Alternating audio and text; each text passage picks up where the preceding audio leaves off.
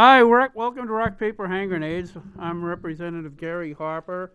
My accomplice, Josh Solomon, isn't allowed to be in the studio because of the concern about people being in too close a quarters. So there's nothing keeping me down this time. I mean, I can say whatever I want without him hitting me. Tonight, our guest is General Don Bolduc, who's running for the United States Senate, and it's an honor to have such a cool guest for our first week back. Yes. Well, thank you and welcome back. And I'm honored to be here. So, the general, I met the general a few months ago. Actually, I think it was before you officially decided to run. Mm-hmm. And I went. My friend, State Rep J.P. Marzullo, invited me to a seminar you were putting on about post-traumatic stress. Mm-hmm. And one of the primary reasons I have, as a legislator, have endorsed you, is because of that. In my political circles, there are people who said they won't support you because you didn't agree with something Donald Trump decided to do. Mm-hmm. And in my mind, I want somebody who's going to go up there and think for themselves and do the right thing, regardless of what the party says, what Donald Trump says, or what the polls say. Mm-hmm. Because sometimes those aren't all the same. And sometimes, as much as I like Donald Trump, he's not always right. Mm-hmm.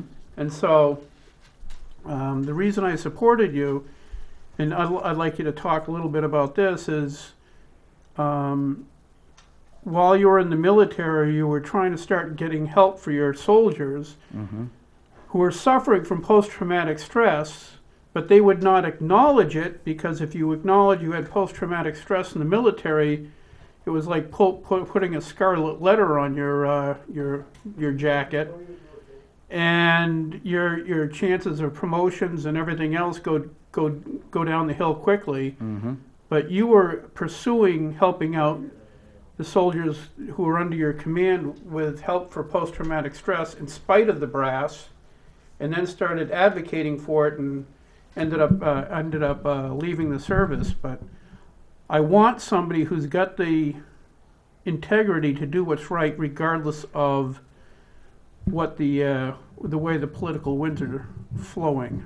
So I'd like you to talk a little bit about that first. Sure. Well, thank you. And I appreciate your support. And I'm certainly, one, honored to have it. And two, grateful that you support me for those reasons. Because those are the reasons that define me.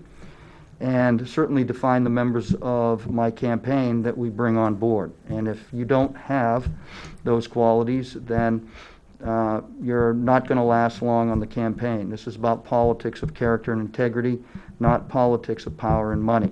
So I'll say that right up front. The second thing is, yes, and I'll get this right out on the table. I support Donald Trump. I support Governor Sununu. I want them to be successful, because if they're successful, we're successful. But I'm nobody's lapdog, and I will think for myself. And everybody respects General Patton.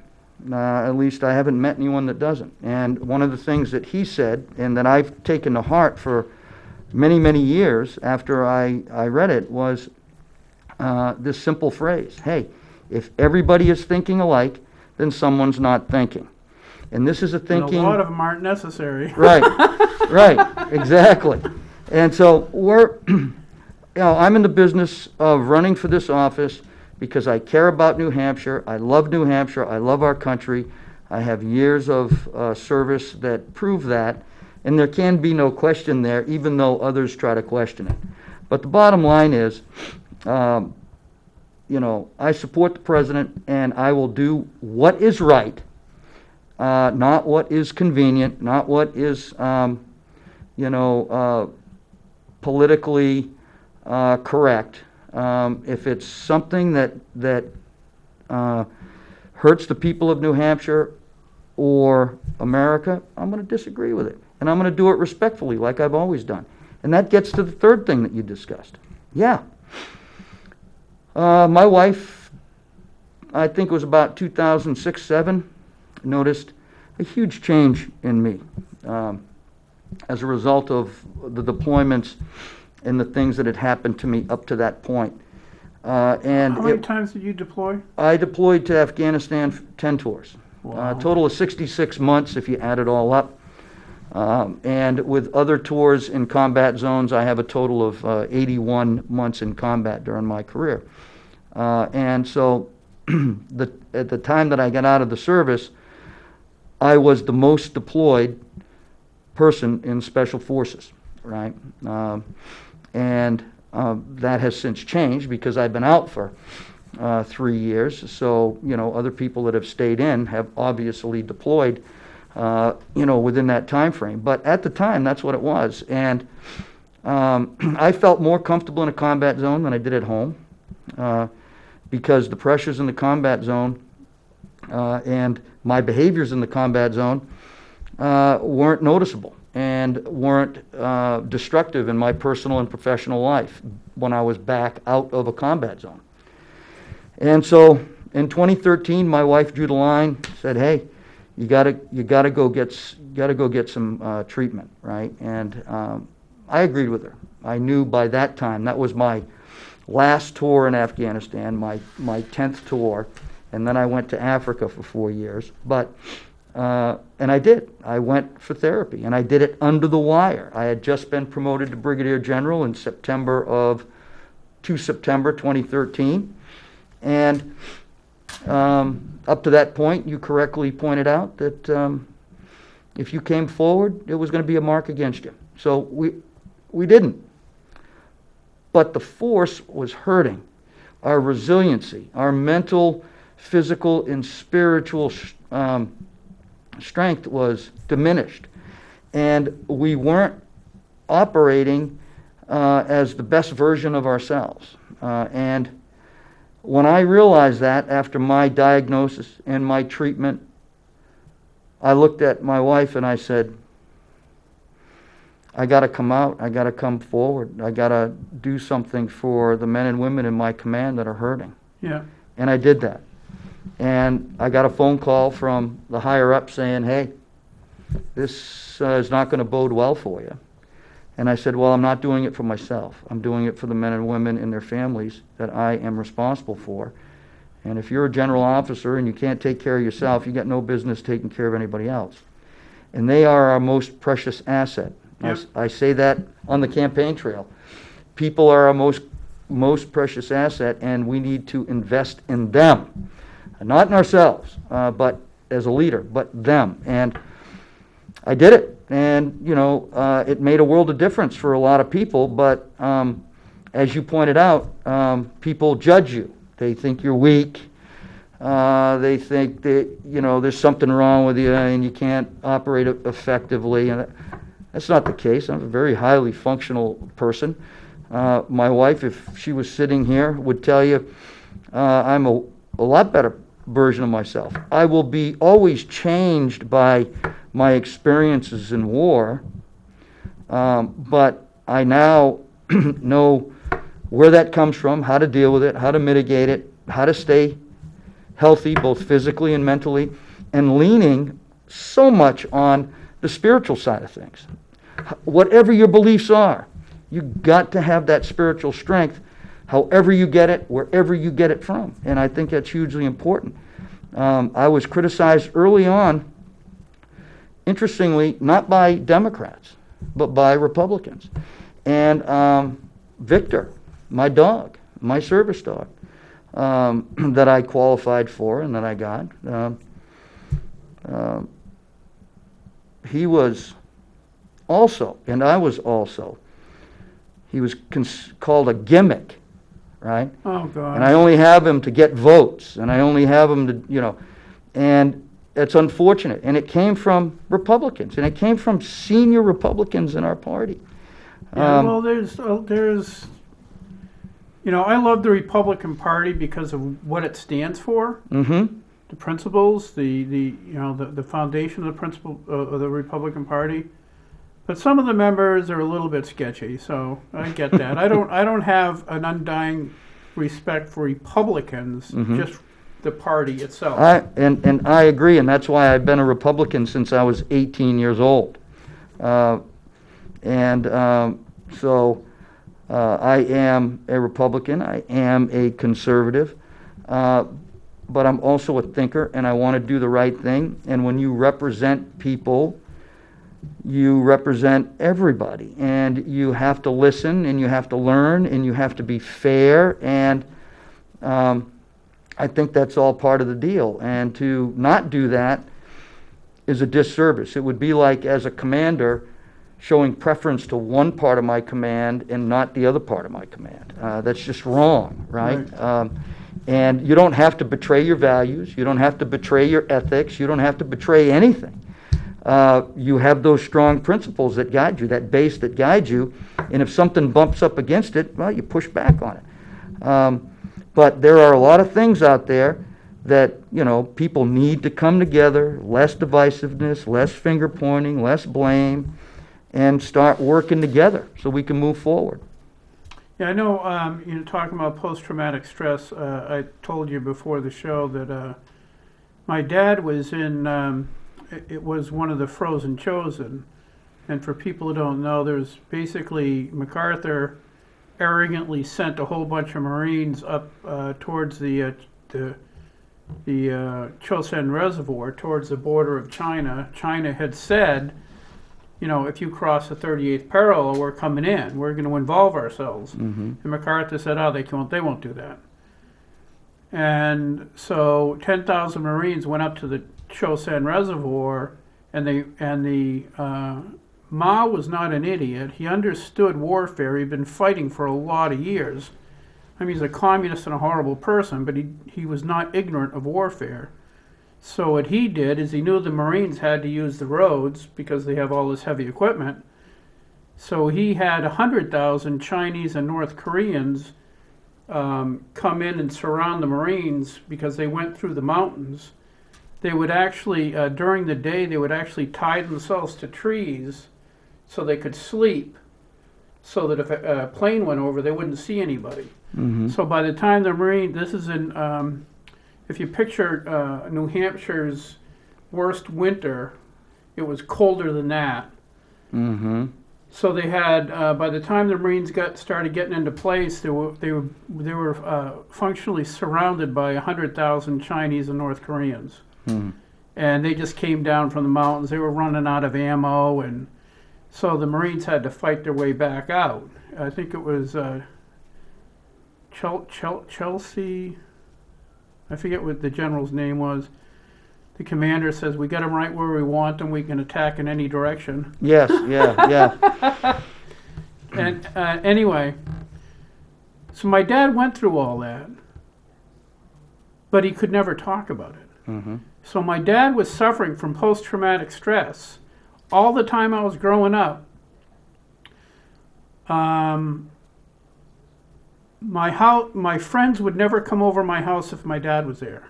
Mm-hmm. My dad had never done anything to them. He had never said anything to them.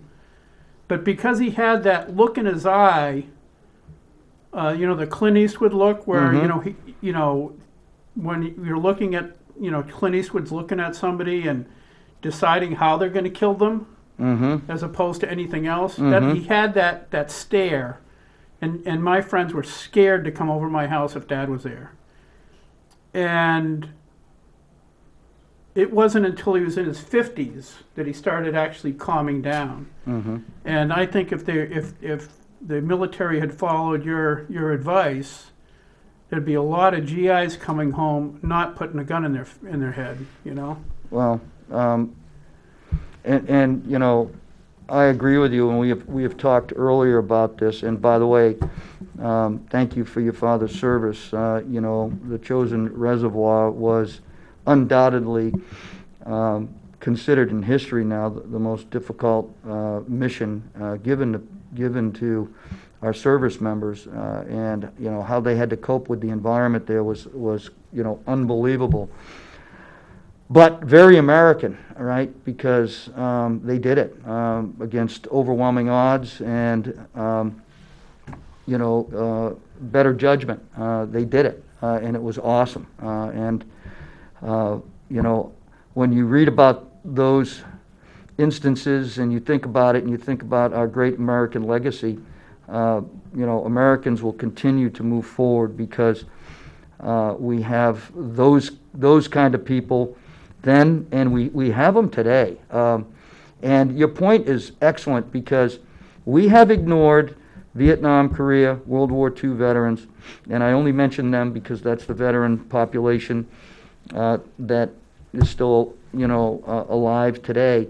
But we have not paid attention to the root causes of their mental injuries, their physical injuries, and their spiritual injuries, and we should have. And the quality of their lives would have been much better.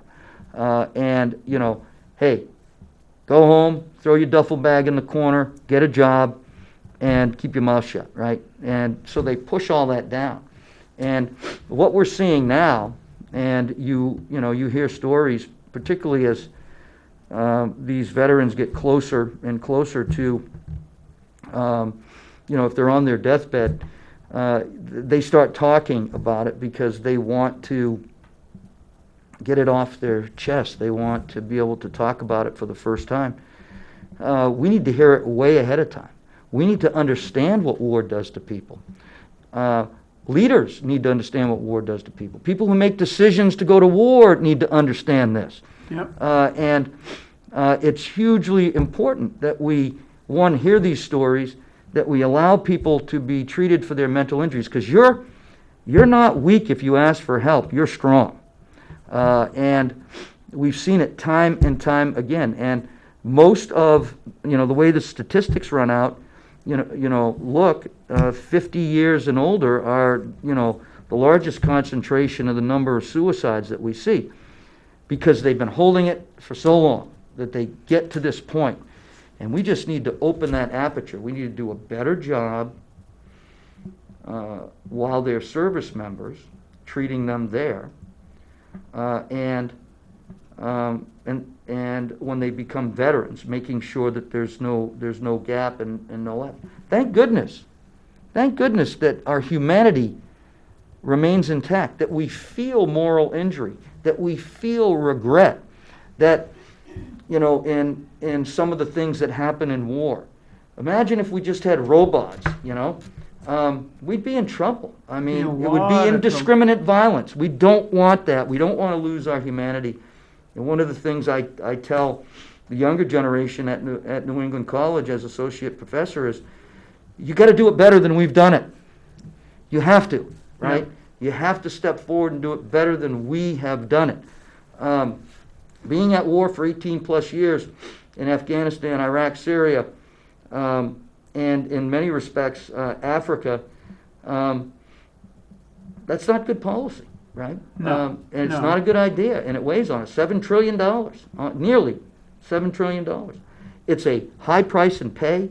It's a high price in our most important, treasure, and that's people. Yeah. And we got to take care of them. We got to take care of them a lot better. So the other thing I wanted to talk about a little bit, because I just think it's cool, is so I don't know, I don't understand I don't recall the exact motivation, but somehow you found yourself on horseback attacking the Taliban. That seems insane. So tell us about. So I like to tell this story on the campaign trail when people ask me, you know, how I'm going to be able to deal with the, you know, complex, ambiguous, and uncertain environment of Congress, you know. And so one of the stories I tell is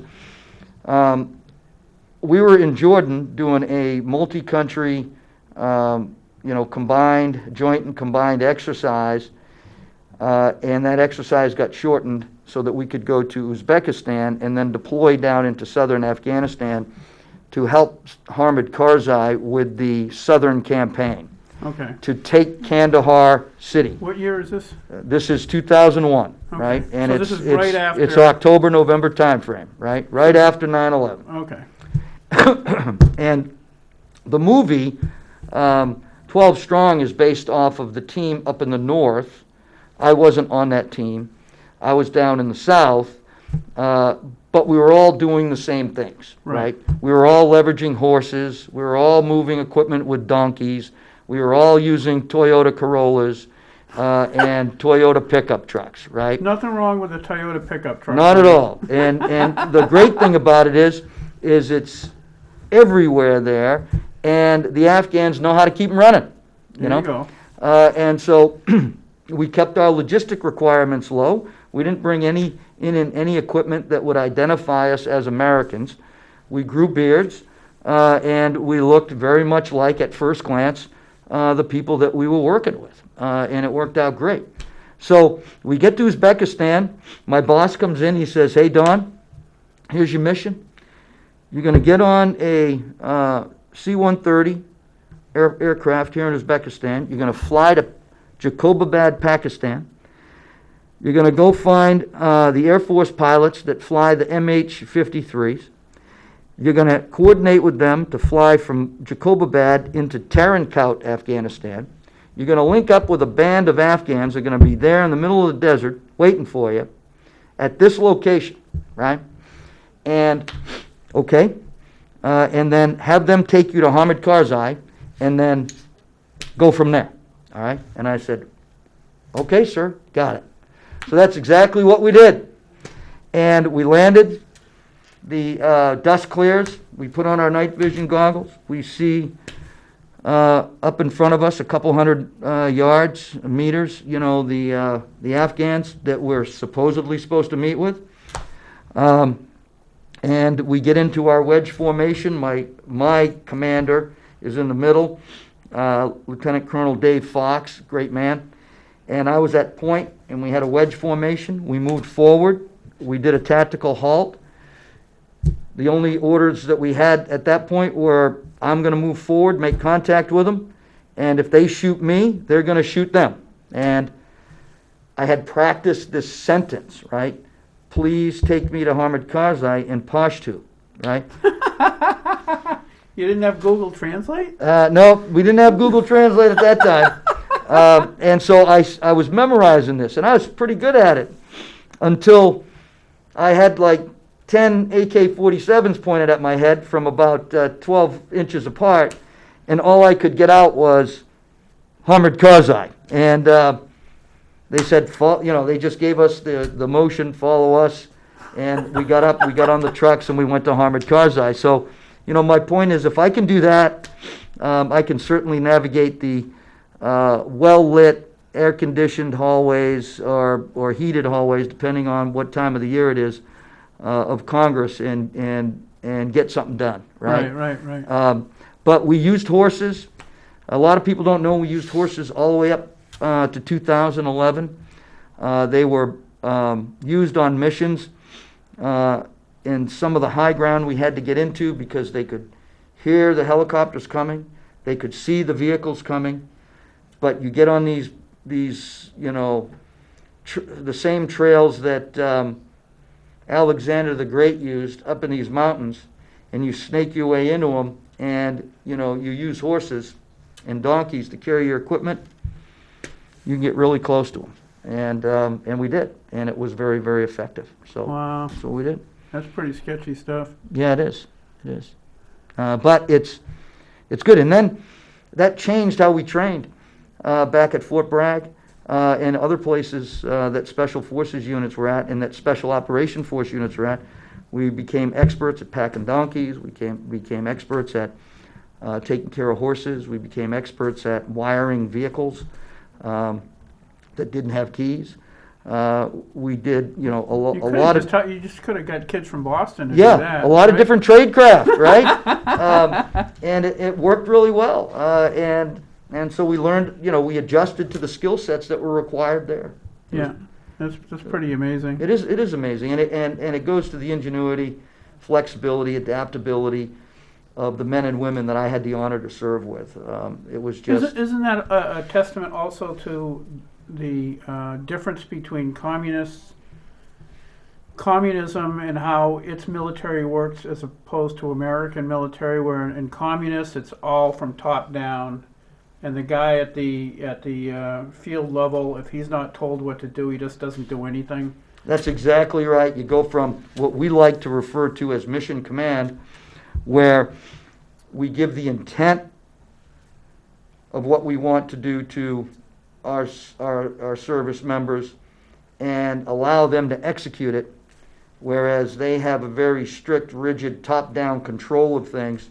And the Soviets, many of them, once they execute orders and they don't get any other orders, they don't know what to do. And that's why we have the best non-commissioned officer corps in the world, because they're considered the backbone of our military.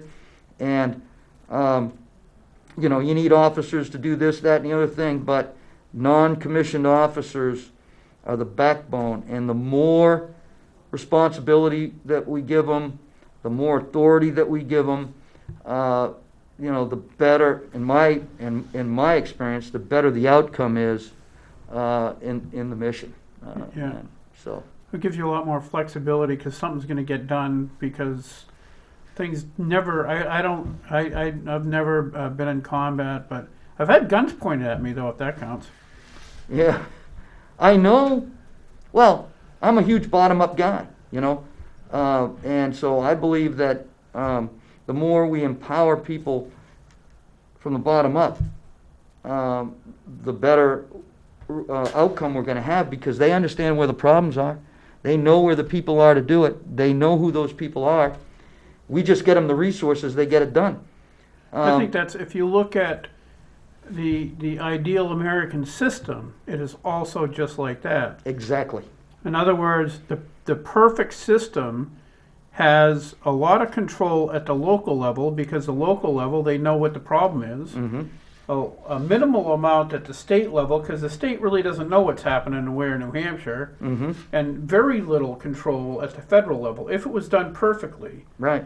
Because the federal government should have almost no control over your life at all, because they have no clue what's happening in New Hampshire. Exactly. And it's the model that I'm running on, right? Right. Empower the communities. Get out of the state's way.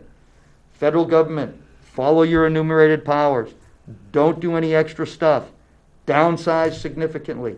Get out of people's way. And great things will happen in this country. Oh, yeah. Great things will happen. I agree with what you just, it's what I'm running on. There's just too much top-down, centralized control. That can be very bad. And you alluded to it earlier in a conversation with this crisis and what could happen. Yeah. Yeah, we were talking before the show about the there's a lot of good going on, but there's a lot of really, really sketchy stuff. Like the Constitution does allow, for emergency reasons, for the governor and for the president to do certain things, because as is often said, the Constitution is not a suicide pact. Mm-hmm. There has to be adjustments in an emergency situation. And that's good. But right now, you have governors that are using drones to spy on their citizens. There's Bill Gates is advocating for putting everybody, having like chips put in everybody, so we know who has or doesn't have antibodies to, say, COVID-19, if that's the emergency we're going to talk about, or who has or hasn't had the alleged vaccine, and people will be able to travel freely if their electronic chip indicates that they're safe to travel. Well, unbelievable. First of all, I don't concur with, and I don't agree with, and I'll never agree with using drones in that way. That's an invasion of privacy, and it's improper, and it's just a outright bad idea, particularly in the United States of America. Secondly, the only chip I'm putting in me is a Dorito, and a nacho at that. And I like the Cool Ranch, but that's a second. close right. second, but I prefer the red bag nachos Yeah, yeah. flavor. So, that's it. Are you kidding me? I mean, I spent my lifetime serving this country and protecting our constitutional rights, for this Constitution we have against all enemies, foreign and domestic. And I may have been part of the government, but I certainly am not one that buys off on government control, right? Far from it. That's not what our Constitution said. That's not how Reagan viewed things, and I'm a big Reagan guy. That's not how Washington, Jefferson, Madison, any of these guys, Hamilton, envisioned America turning into. And to use technology that way is absolutely wrong. I don't know what that movie is out there, I, Robot, and these other movies. Yeah. But, that version of the future, I'm not good with, right? At all. I don't, Minority Report. That's another one that's scary, right? And that's what we're talking about, chipping people, trying to determine if someone's going to do something wrong before they do it and then holding them accountable for it. Come on. It's I got to tell you what nonsense. I got to tell you what the argument for it is. Though. Yeah. Okay. So the crux to the issue is Benjamin Franklin said those who would I'm going to butcher this, but those who would concede essential liberty for safety deserve neither liberty nor safety. That's pretty darn close. So this is going to be the sales pitch. If we go to an electronic indicator of who I am, I can't lose it won't matter, if I lose my wallet or if a woman loses her purse, because she'll still have identification. Your identification can't be stolen because it's on you at all times, and you're singularly identified. It'll eliminate the black market because people can't buy or sell things secretly because it has to go through that chip, which means the government knows about it. It'll help solve these problems with coronavirus because the chip will keep track of every place you've been and who you've come in contact with. So if you do get sick with the coronavirus, it'll be able to track back and tell and determine who you've been close to, so they can test those and quarantine those people. So for health reasons, it's great. It'll eliminate child trafficking because every child will be chipped right out of the gate, so they'll know where that kid is at all times. Mm-hmm. So the benefits, it'll get rid of the illegal drug trade because who can buy or sell without going through a government-approved system. So they're going to sell this and as this panacea for absolute control or absolute safety, but you're going to give up every single bit of your liberty once it happens. Exactly. And there's no panacea to anything. And for every one of those points made, there's a drawback, and that has everything to do with life, liberty, right? And intrusion, and a huge opportunity for abuse by the government. It's communist in its concept, socialist in its execution. It is just absolutely a non-starter. You want to get rid of these other problems, then be better leaders. Come up with better programs, come up with better ideas about how we're going to deal with drug problems, crime, all these other things by using people to do it, not microchips. Because for every microchip you put in there, there'll be a way to manipulate it. There'll be a way to block it. There'll be a way to circumvent it. I've seen it. We do it. Heck, I've been trained to do a lot of circumventing of technology in order to be able to get at the underbelly of our enemies, right? Right. It can be done, and it will be done, and there are more disadvantages than there are advantages to this, and the biggest one is liberty and freedom that will be non-existent, and you will be a number. I mean, talk about being a number inside a system that wants to totally control everything that you do. And how does a microchip prevent a virus from happening in the first place? Right.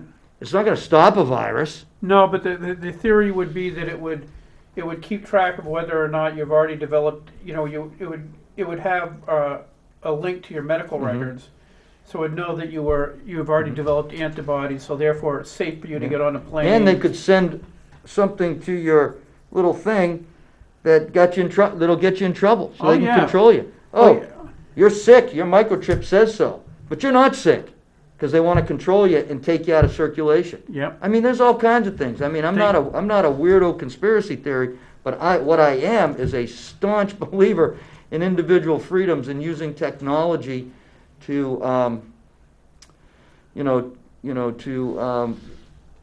control people. The worst. So we have these things called GPS trackers on our equipment, on our service members, on stuff like that. And there are positive and negative things for that. The biggest negative is that higher headquarters thinks that they can track your every move, and then they try to tell you to do everything. You lose complete autonomy, you lose complete freedom, because you have the general officer at division level now can see all his guys and say, hey, move that squad over here. Move that squad over there. What are they doing here? And then when they lose the signal, which you can block, very easily, they create more confusion, because now, after they've tried to coordinate everything by being able to use the technology, that gets blocked, and now they're blind, and we got a bunch of guys on the ground that are waiting for orders, waiting for information, waiting for this, waiting for that. You become as inept as your Russian counterpart. You do. And that's not what that's not what we want. Trust me, I don't want anybody's baby to go missing. I don't want children to go missing. I don't want any of that to happen. But there are better ways to do it. Improving our immigration, improving our borders. A piece of electronic is not going to get rid of all the crimes. It's not going to get rid of people stealing. They'll be able to take those devices out. They'll figure out a way. There's always a way to do right. something nefarious if you want to. But that is such a violation of your liberties that, like I said, the only chip I'm eating and that's coming in me is a Dorito, and that's it, with my favorite dip. Hell of a good dip. You know what I mean? So the other thing I was hoping you'd touch on too is, and I know you'll support this, but I don't know why it can't. The Republicans had control in 2000 at the beginning of Trump's term. Mm-hmm. They could have introduced legislation to protect my right to defend myself no matter where I am. Mm-hmm. They didn't, because there are a bunch of, you said, like there's a lot of sleazy characters down in Washington, D.C.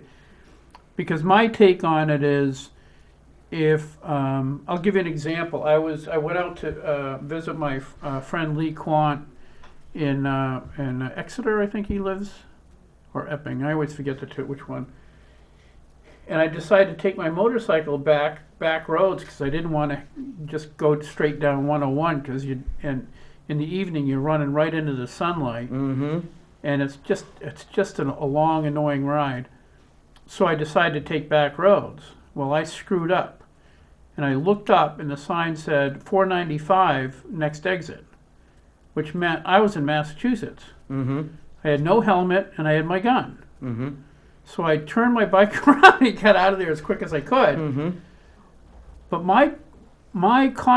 once I cross over that Mass border, I shouldn't lose my right to free speech. I don't think I do. No. How can I possibly lose my right to defend myself just because I accidentally the helmet thing, that's not constitutional. Totally get why I could get fined for that. Mhm. I get it. But my ability to defend myself should not stop at any state border. I absolutely agree with you 100%. 100%. I don't think silencers should be blocked either. I don't think that that we need any revisions to our gun laws. It's not the gun laws, and it's not the gun that's the problem. It's the people that's the problem, and we got to deal with that problem. Right. And gun-free zones. The only people that have guns in gun-free zones are people who want to do bad things. Yep. And we've seen that time and time again. It's been borne out in in the studies and the statistics. So, we need to stay true to the Second Amendment. We should never punish law-abiding citizens. They should be able to carry weapons. We should have reciprocity laws that allow for that. The Pheasant Lane Mall, you can be parked in a part of the Pheasant Lane Mall and you're in Massachusetts, right? What if you got a gun in your car, right? I mean, it doesn't make any sense. And we have to stay true to that Second Amendment. We have to stay true to ensuring that law-abiding citizens do not get punished because people want to pass restrictions on an inanimate object. Right. 33 plus years in the military, I never punished a weapon for doing something wrong, right? Never. It just didn't happen. And with the right education and the right training and the right understanding and the fact that you're a law-abiding citizen, you should be allowed to go on public lands, you should be allowed to go through states, you should be allowed to do all those things because it's a constitutional right, and it doesn't change from one state to the next. Right. It honestly doesn't, we all know that. And so I'm fully on board with that. This isn't hyperbole, this isn't exaggeration. There is a effort out there to punish law-abiding citizens from owning guns and take away our Second Amendment rights, and I will not stand for that.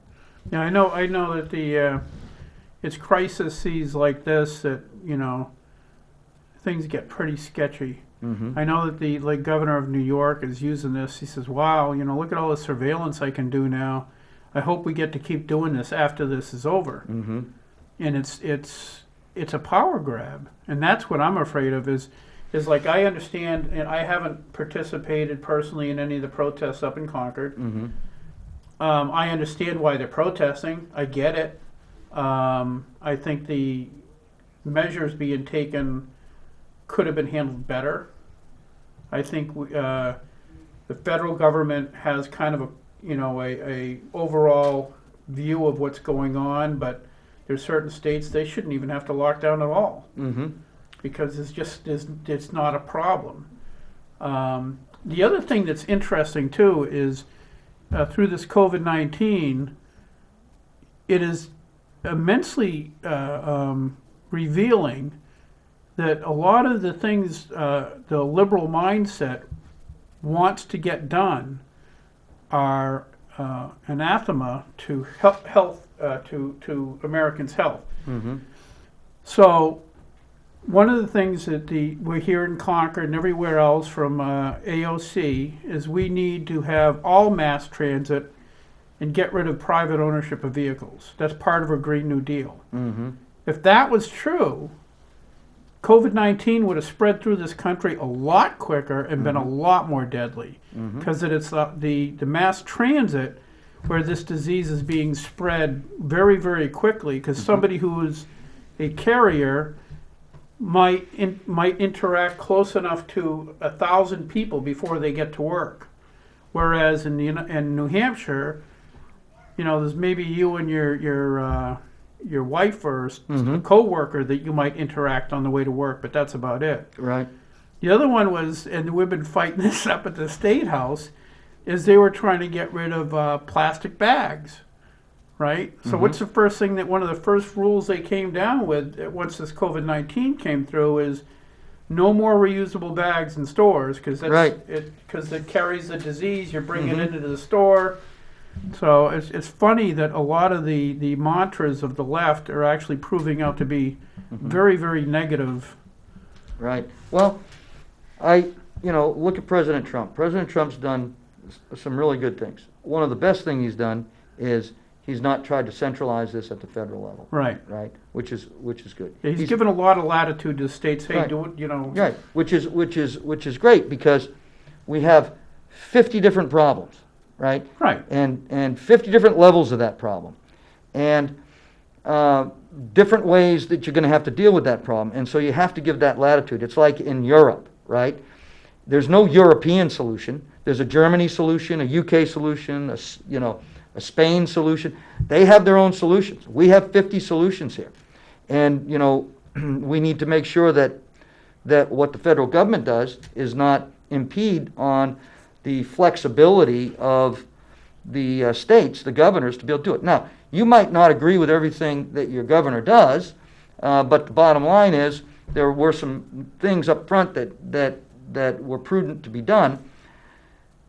And I think the governor has been has shown excellent leadership, and he's been in a tough situation, and in many cases a no-win situation. But so is the life of a leader, right? Right, And yeah, an executive. exactly. You're in a no-win situation. But I think now we're at the point where we need to start opening things up, because we have another crisis that could be around and be more damaging than the COVID-19. And we can open up this state faster and get our people to work and trust our businesses, trust the people of New Hampshire to do the right thing, to take the right measures, and start improving our economy, right? And I think that's hugely important, step for us to take. But you made some very good points. Well, first of all, the Green New Deal is a non-starter. It would ruin America. Renewable energy is good, and if you want it, great. But trying to turn everything into renewable energy is wrong. Blaming farting cows is wrong. Trying to get rid of airplanes is wrong. Cars, no. Come on. This stuff is crazy. We'd need 30 to 60 acres of panels, right? Solar panels. It would ruin our landscape here. There'd be windmills on every mountain range here in the state of New Hampshire. Terrible. You'd have to convert every single house, every single business. What is it up at? 93 trillion now. And then the idea that we'd have to buy energy from Chicago. We'd have to sell energy. I mean, it would be a mess. What we need to do is become energy independent, like we have with the oil. Yeah. We need to invest more in nuclear. We need to do a better job at being able to use our natural gas and Right. get that from one side of the country to the other side of the country. We need to become completely energy independent, lower energy costs for people of New Hampshire, people of America. We can do it if we stop the nonsense with the Green New Deal and worrying about the climate and worrying about the environment. We have some of the best environmental protection policies and laws of I think we got any- some of the cleanest air in any the state. industrialized world. We do, bar none. And I've been in these dirty places. It's not good. And coming out of the Paris Peace Accords was a great move by the president, right? We can't stay in these agreements that are bad for America. Right. And we got to hold these other countries to a standard. No, it's a lot. Basically, if you look at the big picture, the Paris Accords and the Iran deal, Mm-hmm. it's like Obama was, buying timeshares, really. Well, look what he's done with this. Yeah, exactly. Buying timeshares. I mean, all our manufacturing strength and capability to respond to the COVID-19 virus resides in China. The Department of Defense just published a report saying that they're short on critical weapon components because they're made in Mexico, and that factory is closed because of COVID-19. right? Yeah, it's insane. Our system, well, to be honest with you, as far as I'm concerned, there's a lot of politicians in Washington, D.C. that got super rich over the last 20 or 30 years because of China, and that's where the issue is. And that's one reason they don't like Trump, because he's stopping the gravy train. Exactly. Before we end, Yes, how sir. can people get in touch with you? How can they help? So, I'm running for the U.S. Senate. I'm running against Jean Shaheen. We can beat her. We need your help to do it. I can't do it alone. I don't. And if you want to help me, please go to our website at www.don, D-O-N, Balduc, B-O-L-D-U-C.com. And volunteer, read. If you got questions, ask. I'll answer them. Don't ask your buddy, 10 doors down. The degree of separation between getting a straight answer from me is just give me a call. Yeah. Just call me. I love talking to people. It's the way I did it in the military as a commander. Talk to the people, listen to them, learn from them, gain the experience to be able to help them, and then move forward. So call me. Don't rely on hearsay. Don't rely on someone said this, someone said that. Call me, and you will get it right from me, and I'd be glad to do that for you. Don, thank you very much. And folks, try to stay safe out there. I'm wearing a mask because my neighbor is a nurse, and she'll beat the crap out of me if I don't. And she's a very scary lady. But the truth is, the mask isn't about you. It's about making sure you don't infect somebody else, because most of the people that have this don't know it. The other thing is, if you think that things are really rough, look at the bright side. The bright side is between social distancing and mask, you don't have to take a shower or brush your teeth. Right? Am I right? Hey, we'll see you guys next week.